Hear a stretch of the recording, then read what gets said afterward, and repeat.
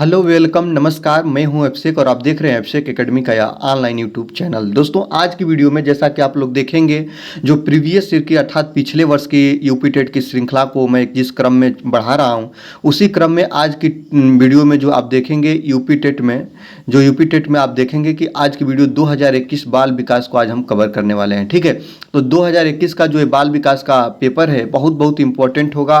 आगामी जो जनवरी 2026 में आपका एग्जाम होने वाला है यूपी टेट को, ठीक ना। तो इसी को ध्यान में रखते हुए आज की वीडियो को स्टार्ट करेंगे। आज का सबसे पहला प्रश्न है बाल विकास का, जिसमें पहला प्रश्न है कि ब्लूप्रिंट निम्न में से किसका महत्वपूर्ण घटक है, यही बताना है दोस्तों। तो परीक्षण अंकन का है कि परीक्षण प्रशासन का है कि आपका परीक्षण वैधता का है कि आपका परीक्षण निर्माण का है। तो आपको बता दें जो ब्लूप्रिंट होता है ना, यह प्रश्न बनाने की एक रूपरेखा है जिसमें कितने प्रश्न किस टॉपिक से और किस कठिनाई स्तर से होंगे यह तय किया जाता है इसमें, ठीक ना। इसलिए यह परीक्षण जो होता है वह परीक्षण निर्माण का हिस्सा होता है। ये बात आप याद रखेंगे। 4 नंबर ऑप्शन आपका क्या हो जाएगा, बिल्कुल सही हो जाएगा, ठीक ना। मैंने आपको बताया जो ब्लूप्रिंट होता है, ब्लूप्रिंट जो होता है वह प्रश्न पत्र बनाने की एक रूपरेखा होती है, ठीक ना, जिसमें कितने प्रश्न किस टॉपिक से, कितने प्रश्न आसान, कितने प्रश्न कठिन, ये लिए जाते हैं। इसमें ये प्रॉपर तौर पे तैयार किया जाता है, ठीक ना। तो ब्लूप्रिंट क्या होता है, परीक्षण निर्माण की एक प्रविधि होती है या परीक्षा निर्माण करने हेतु जो प्रश्न पत्र बनाया जाता है उसी को हम लोग बोलते हैं परीक्षण निर्माण, या इसको ब्लूप्रिंट के हम दृष्टि से ध्यान रखते हैं, ठीक है। तो ऑप्शन नंबर 4 आपका बिल्कुल करेक्ट आंसर हो जाएगा, ठीक है। आगे चलते हैं, विकास की पूर्व संक्रिय अवस्था निम्न में से किसने दिया है, यही आपको बताना है दोस्तों। तो याद रखिएगा, आपको ये बात मैं पहले भी बता चुका हूँ कि पियाजे ने एक संज्ञानात्मक विकास का सिद्धांत दिया, आपको पता है। तो पियाजे के अनुसार संज्ञानात्मक जो विकास का सिद्धांत है वो पूरे 4 प्रकार का था। कितने प्रकार का दोस्तों, इन्होंने विकास को 4 प्रकार के विकास में बांटा है। एक इन्होंने सबसे पहले बताया संवेदी गतिज अवस्था, आपको पता है दोस्तों, जिसको बोलते हैं संवेदी गतिज अवस्था, जो जन्म से लेकर 2 वर्ष तक होती है। सेकेंड नंबर पर इन्होंने बताया कि पूर्व संक्रियात्मक अवस्था,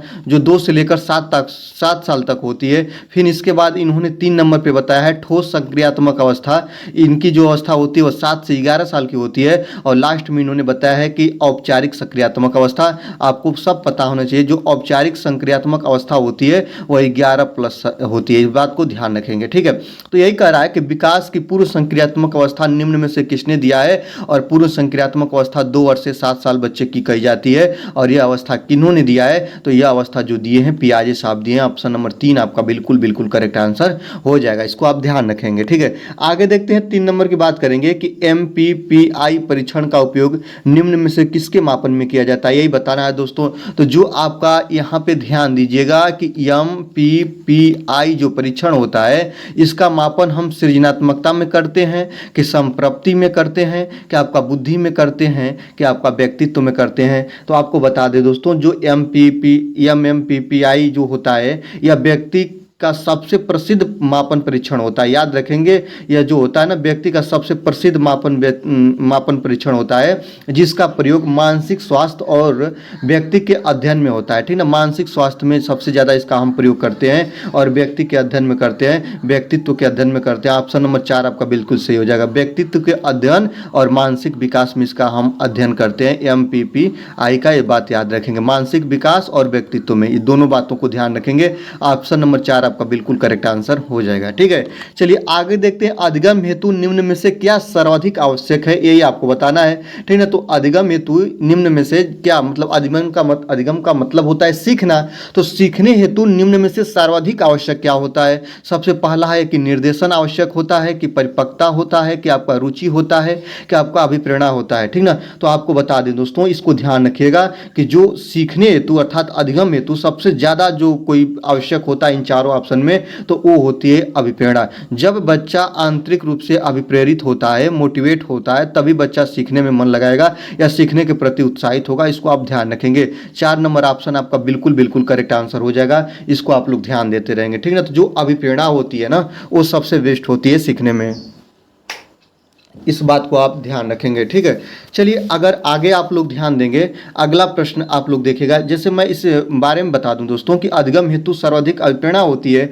सीखने के लिए सिर्फ परिपक्वता या निर्देश काफ़ी नहीं होता है, विद्यार्थी में सीखने की आंतरिक प्रेरणा होना सबसे जरूरी होती है। अगर बच्चे के अंदर आंतरिक अभिप्रेरणा नहीं है तो बच्चा सीख नहीं पाएगा, इस बात को आप ध्यान रखेंगे। ठीक है, चलिए 5 नंबर की बात करेंगे। शैशव काल का समय अवस्था क्या होता है? तो जो शैशव काल होता है ना, इसका समय अवस्था जो होता है ना, आपको पता होना चाहिए। जो शैशव काल होता है वह जन्म से लेकर 6 वर्ष तक होता है। ठीक ना, कहीं कहीं इसको 0 से 5 वर्ष भी दिखाया गया है, इस बात को आप ध्यान रखेंगे। तो इसको आप इस नहीं भूलेंगे। ठीक ना, तो कहीं कहीं इसको 0 से 5 से 6 रखा गया है। तो यही जो होता है ना, अगर 0 से 5 रहता उसको हम मान लेते, ठीक है, लेकिन वो है नहीं। तो जन्म से 6 वर्ष तक जो बच्चे की अवस्था होगी उसको हम शैशव काल बोलेंगे। ऑप्शन नंबर 2 आपका बिल्कुल बिल्कुल करेक्ट आंसर हो जाएगा। ठीक है, आगे देखते हैं। पूर्व अनुभव के आधार पर संवेदना को अर्थ प्रदान करना क्या कहलाता है? यही आपको बताना है 6 नंबर क्वेश्चन कि पूर्व अनुभव के आधार पर संवेदना को अर्थ प्रदान करना क्या कहलाता है? चिंतन कहलाता है कि स्मृति कहलाती है कि प्रत्यक्षीकरण कहलाता है कि आपका कल्पना करना कहलाता है?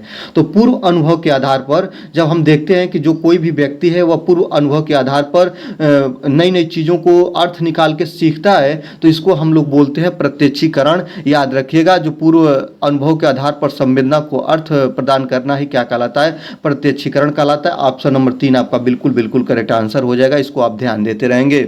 आगे देखते हैं। सीखने में प्रयास व भूल के सिद्धांत का प्रतिपादन किसने किया? ये आपको बताना है। तो सीखने में प्रयास व भूल के सिद्धांत का प्रतिपादन आपके गेस्टाल्ट किए हैं कि थॉर्नडाइक किए हैं कि पावलोव किए हैं कि आप कोहलर किए हैं? आपको पता है कि बिल्ली और पिंजरा पर प्रयोग करके सीखने के सिद्धांत का नियम दिए थे।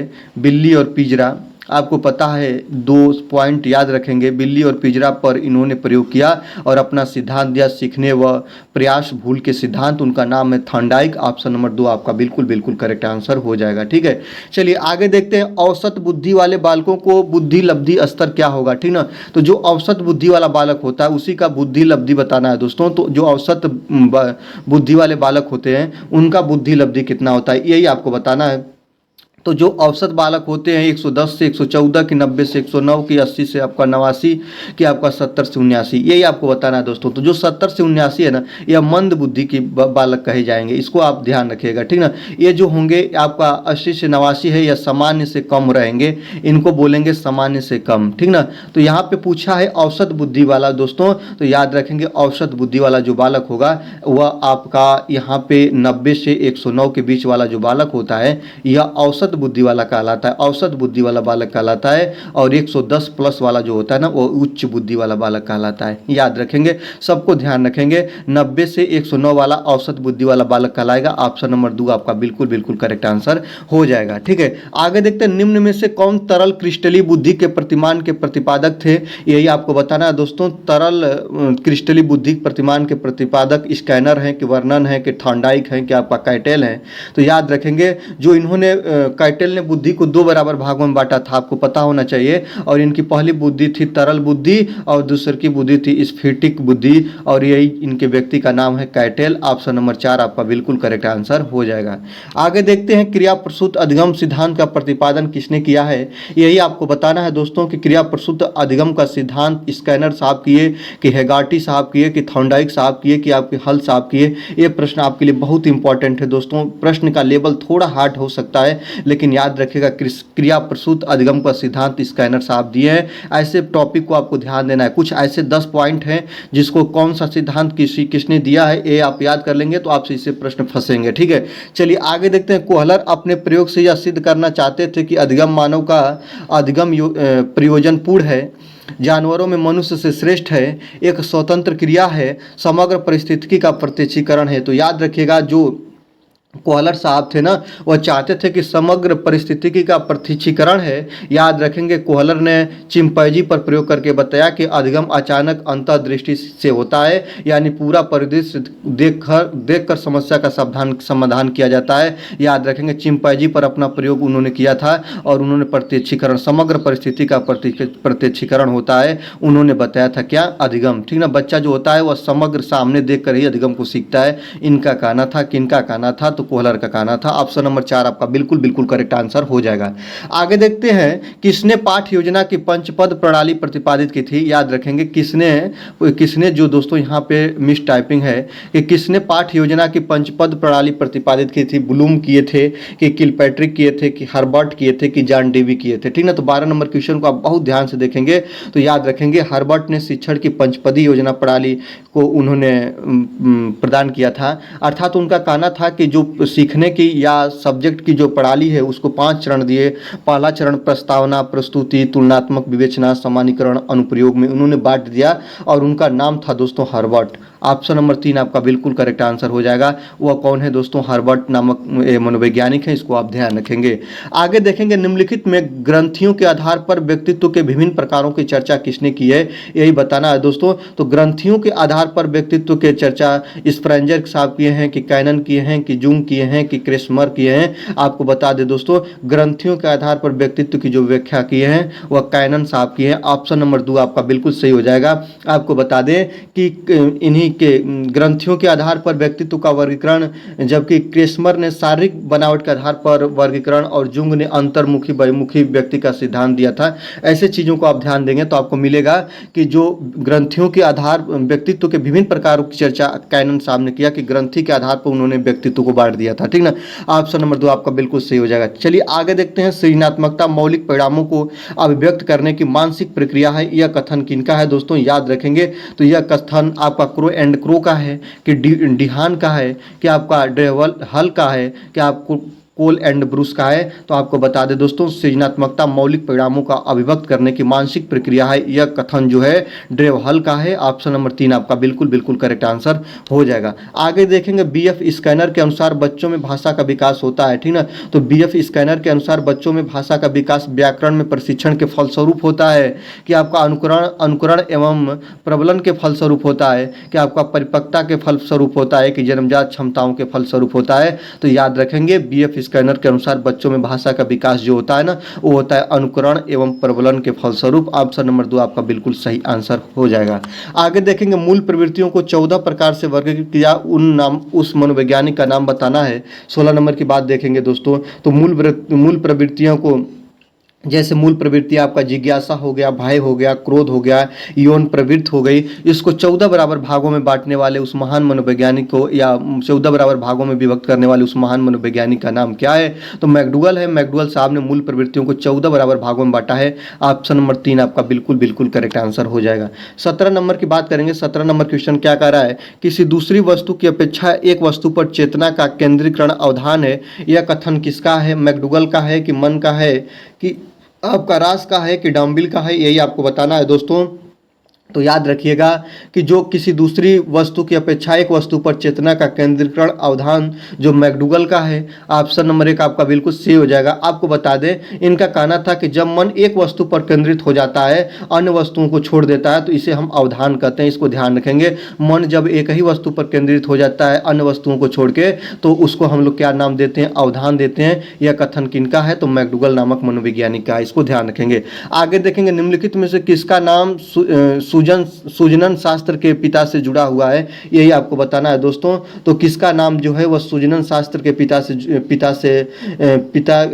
से जुड़ा हुआ है या पिता किसे कहते हैं यही बताना है दोस्तों कि सूजनन शास्त्र के पिता के नाम से जुड़ा हुआ है। उनका नाम क्या है? वुडवर्थ है कि रास है कि गाल्टन है कि क्रो एंड क्रो है? तो याद रखेंगे सूजनन शास्त्र के पिता से जुड़ा हुआ जिसका नाम है तो याद रखेंगे उनका नाम है गाल्टन का। ऑप्शन नंबर 3 आपका बिल्कुल करेक्ट आंसर हो जाएगा। आगे देखेंगे, आगे बात करेंगे दोस्तों तो आप देखेंगे 12 वर्ष से 16 वर्ष के बालकों हेतु हिंदी में डॉक्टर एस जलोटा ने कौन सा परीक्षण प्रतिपादित किया था? यही आपको बताना है। तो डॉक्टर एस जलोटा को जो हिंदी में प्रतिपादन किए थे वह चित्रांकन परीक्षण किए थे कि आर्मी अल्फा टेस्ट किए थे कि साधारण मानसिक योग्यता परीक्षण किए थे कि अशाब्दिक बुद्धि परीक्षण किए थे? तो 12 से 16 वर्ष बालकों हेतु जो हिंदी में डॉक्टर एस जलोटा ने परीक्षण किया था उस परीक्षण का नाम है साधारण मानसिक योग्यता परीक्षण। ऑप्शन नंबर 3 आपका बिल्कुल बिल्कुल करेक्ट आंसर हो जाएगा। आगे देखेंगे 20 नंबर की बात करेंगे। बुद्धि के द्विकारक सिद्धांत का प्रतिपादन किसने किया था? यही आपको बताना है दोस्तों। तो बुद्धि के द्विकारक सिद्धांत का प्रतिपादन आपका स्टर्न किए, कि आपका वर्णन किए, कि आपका स्पेयरमैन किए, कि आपका थॉर्नडाई किए? आपको बता दें दोस्तों, बुद्धि के द्विकारक सिद्धांत दिए थे स्पीयरमैन ने। ऑप्शन नंबर 3 आपका बिल्कुल बिल्कुल करेक्ट आंसर हो जाएगा। आगे देखेंगे 21 नंबर की बात करेंगे, कोहलर निम्न में से किससे संबंधित है, यही आपको बताना है। तो कोहलर किससे संबंधित है? अधिगम के सिद्धांत से संबंधित है, कि व्यक्तित्व का सिद्धांत इन्होंने दिया, कि विकास का सिद्धांत दिया, कि अभिप्रेरणा का सिद्धांत दिया? काफी रटा रटा प्रश्न है कि कोहलर का जो सिद्धांत है ना दोस्तों, उन्होंने अधिगम से संबंधित सिद्धांत दिए हैं। ऑप्शन नंबर 1 आपका बिल्कुल सही हो जाएगा। अधिगम की परिभाषा भी इन्होंने डिनोट किया है, इस बात को याद रखेंगे। आगे देखेंगे 22 नंबर की बात करेंगे, मैकडूगल के अनुसार मूल प्रवृत्तियों की संख्या कितनी होती है? आपको बता दिया दोस्तों, जैसे जिज्ञासा, भय, क्रोध, संतान पालन आदि सब क्या है दोस्तों, यह मूल प्रवृत्तियां हैं और मैकडूगल साहब इसको दिए हैं। और इनकी संख्या कितनी होती है? 14 होती है। 3 नंबर ऑप्शन आपका बिल्कुल करेक्ट आंसर हो जाएगा। 23 की बात करेंगे, मानसिक उद्वेलन प्रतिमान का प्रयोग निम्न में से किसके शिक्षण हेतु किया जाता है? समस्या समाधान के, सृजनात्मकता के फलस्वरूप की, अनुप्रयोग के लिए, कि समझ के लिए? ये बताना है दोस्तों। तो मानसिक उद्वेलन प्रतिमान का प्रयोग निम्न में से किसके शिक्षण हेतु किया जाता है या प्रशिक्षण हेतु किया जाता है? तो आपको बता दें दोस्तों, इसका हम समस्या समाधान के प्रति इसका प्रयोग करते हैं। ऑप्शन नंबर 1 आपका बिल्कुल करेक्ट आंसर हो जाएगा। 24 नंबर की बात करेंगे, निम्न में से किसके प्रयोग में कुत्ता एक विषय था? याद रखेंगे, एक व्यक्ति है जिनका नाम क्या है दोस्तों, कोहलर है, कि थॉर्नडाइक है, कि पावलोव है, कि स्कैनर है, कि जिन्होंने कुत्ते पर प्रयोग किया था या कुत्ते पर प्रयोग करके शास्त्रीय अनुबंधन सिद्धांत दिए थे? उन व्यक्ति का नाम बताना है और उन व्यक्ति का नाम है दोस्तों पावलोव। क्या है? ऑप्शन नंबर 3 पावलोव साहब किस पर प्रयोग किए थे? तो इन्होंने कुत्ते पर अपना शोध किया था, इस बात को याद रखेंगे। ऑप्शन नंबर 3 आपका बिल्कुल बिल्कुल करेक्ट आंसर हो जाएगा, इसको आप ध्यान रखते रहेंगे। आगे देखेंगे 25 नंबर क्वेश्चन की बात करेंगे। 25 नंबर क्वेश्चन क्या कह रहा है कि मौलिकता, नमनीयता तथा प्रवाह निम्न में से किसके घटक है? यही बताना है। अभिप्रेरणा के हैं, कि व्यक्तित्व के हैं, कि सृजनात्मकता के हैं, कि बुद्धि के हैं? आपको बता दें कि मौलिकता हो गया, नमनीयता हो गया तथा प्रवाह हो गया, यह सभी सृजनात्मकता के घटक हैं। ऑप्शन नंबर 3 आपका बिल्कुल बिल्कुल करेक्ट आंसर हो जाएगा, इसको आप ध्यान देते रहेंगे। ठीक है, चलिए आगे देखते हैं। अगला है कि इवोत्सा है। इवोत्सा क्या है दोस्तों? यह आपकी चिंतन है, कि कल्पना है, कि संवेग है, कि मूल प्रवृत्ति है? यही बताना है दोस्तों। तो जो इवोत्सा होती है, जो व्यक्ति के अंदर अंतर्निहित होती है, वह मूल प्रवृत्ति होती है। ऑप्शन नंबर 4 आपका बिल्कुल बिल्कुल करेक्ट आंसर हो जाएगा। और मूल प्रवृत्ति को देने का कार्य मैकडूगल किए थे। अगर ये भी प्रश्न पूछे तो ध्यान रखिएगा, मूल प्रवृत्तियों की संख्या इन्होंने कितनी बताई है? 14 बताई है। ये भी ध्यान देते रहेंगे। ठीक है, चलिए आगे देखते हैं। बालकों के सामाजिक विकास को प्रभावित करने वाले तत्व क्या हैं? यही बताना है दोस्तों कि जो बालक होते हैं उनके सामाजिक विकास को प्रभावित करने वाले तत्व वंशानुगत तत्व होते हैं, कि आपका यहाँ पे देखेंगे वंशानुगत तत्व होते हैं, कि आपका शारीरिक तत्व होते हैं, कि सामाजिक परिवेश जन्य तत्व होते हैं, कि आपका आर्थिक तत्व होते हैं। बच्चे का कौन सा विकास प्रभावित हो रहा है? तो सामाजिक विकास। सामाजिक विकास वंशानुगत से प्रभावित तो नहीं होगा, शारीरिक से नहीं होगा, सामाजिक परिवेश तन्य लोगों से, समाज में उपस्थित उस लोग से, उस समाज के जो परिवेश है उससे ये सामाजिक विकास प्रभावित होगा। तो ऑप्शन नंबर 3 आपका बिल्कुल बिल्कुल करेक्ट आंसर हो जाएगा। बालकों के सामाजिक विकास जो प्रभावित होते हैं सामाजिक परिवेश जनित तत्वों से होते हैं। ऑप्शन नंबर 3 आपका बिल्कुल बिल्कुल करेक्ट आंसर हो जाएगा। 28 नंबर की बात करेंगे, शारीरिक विकास का एक प्रमुख नियम निम्न में से कौन सा है? यही बताना है दोस्तों। तो शारीरिक विकास का एक प्रमुख नियम होता है कल्पना और संवेगात्मक विकास से संबंध का नियम है, कि आपका द्रुतगामी विकास का नियम है, कि आपका अनियमित विकास का नियम है, कि आपका मानसिक विकास से भिन्नता का नियम है। तो आपको बता दें जो शारीरिक विकास का एक प्रमुख नियम निम्न में से कौन सा है? तो आपको बता दें दोस्तों, उस नियम का नाम है दोस्तों, ऐसे देखिएगा, द्रुतगामी विकास का नियम। ऑप्शन नंबर 2 आपका बिल्कुल सही हो जाएगा। द्रुतगामी विकास का नियम जो होता है वह शारीरिक विकास बचपन में तीव्र होता है, उम्र बढ़ने पर धीरे धीरे कम हो जाता है, इसे द्रुतगामी विकास का नियम कहते हैं। ऑप्शन नंबर 2 आपका बिल्कुल करेक्ट आंसर हो जाएगा। 29 नंबर की बात करेंगे, निम्नलिखित में से कौन सा विकास का सिद्धांत नहीं है? यही बताना है दोस्तों। समान प्रतिमान का सिद्धांत ये दोस्तों तो है, इस बात को याद रखेंगे।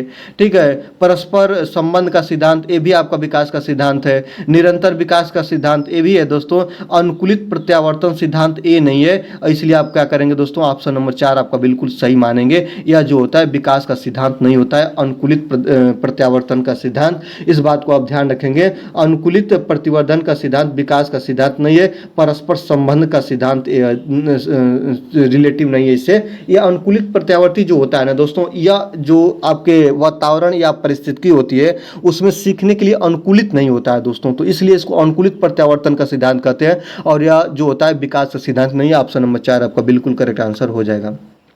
30 नंबर की बात करेंगे, विकास के परिणाम स्वरूप नवीन विशेषताएं और नवीन योग्यताएं प्रकट होती है। यह कथन किसने दिया है, यही बताना है दोस्तों। तो यह कथन जो है डगलस और हॉलैंड के हैं, कि मेरेडिथ के हैं, कि हर्लॉक के हैं, कि आपका गेसेल के हैं। तो विकास के परिणाम स्वरूप नवीन विशेषताएं एवं नवीन योग्यताएं प्रकट होती है, यह कथन जो है वह मेरेडिथ का है। इस बात को याद रखेंगे। एक मेरेडिथ के अनुसार केवल शारीरिक वृद्धि ही नहीं होती है विकास के फलस्वरूप, बल्कि इसके परिणाम स्वरूप व्यक्ति में नई क्षमताएं और विशेषताएं प्रकट होती हैं। यह मेरेडिथ साहब ने कहा था। जब बच्चा विकसित हो जाता है या विकास कर लेता है तो तमाम उसकी जो क्षेत्र होते हैं विकास के, उसमें वृद्धि होती है। ठीक ना। तो ऑप्शन नंबर 2 आपका बिल्कुल करेक्ट आंसर हो जाएगा। इस बात को याद रखेंगे। तो देखेंगे दोस्तों, आपका 2021 का बाल विकास का मैंने प्रश्न को कवर किया। प्रश्न के लेवल इस साल हर साल से बहुत हार्ड बने थे। 1 से लेकर आपका 30 तक के प्रश्नों को दिखाया कि इसके आंसर क्या है, प्रश्न के लेवल क्या थे। थोड़ा प्रश्न का लेवल हार्ड था, कठिन था। आप लोगों ने देखा आगामी एग्जाम में ये जो प्रश्न है आपके लिए मदद पहुंचाएंगे। वीडियो में आप नए हैं दोस्तों तो वीडियो को जरूर से जरूर लाइक कर लीजिएगा। चैनल पर अभी आप नए हैं, सब्सक्राइब नहीं किए हैं तो सब्सक्राइब कर लेंगे। आगामी वीडियो की इंतजार आप करते रहिएगा। आएंगे जल्द लेकर वीडियो, और वीडियो देखने के लिए बहुत बहुत धन्यवाद।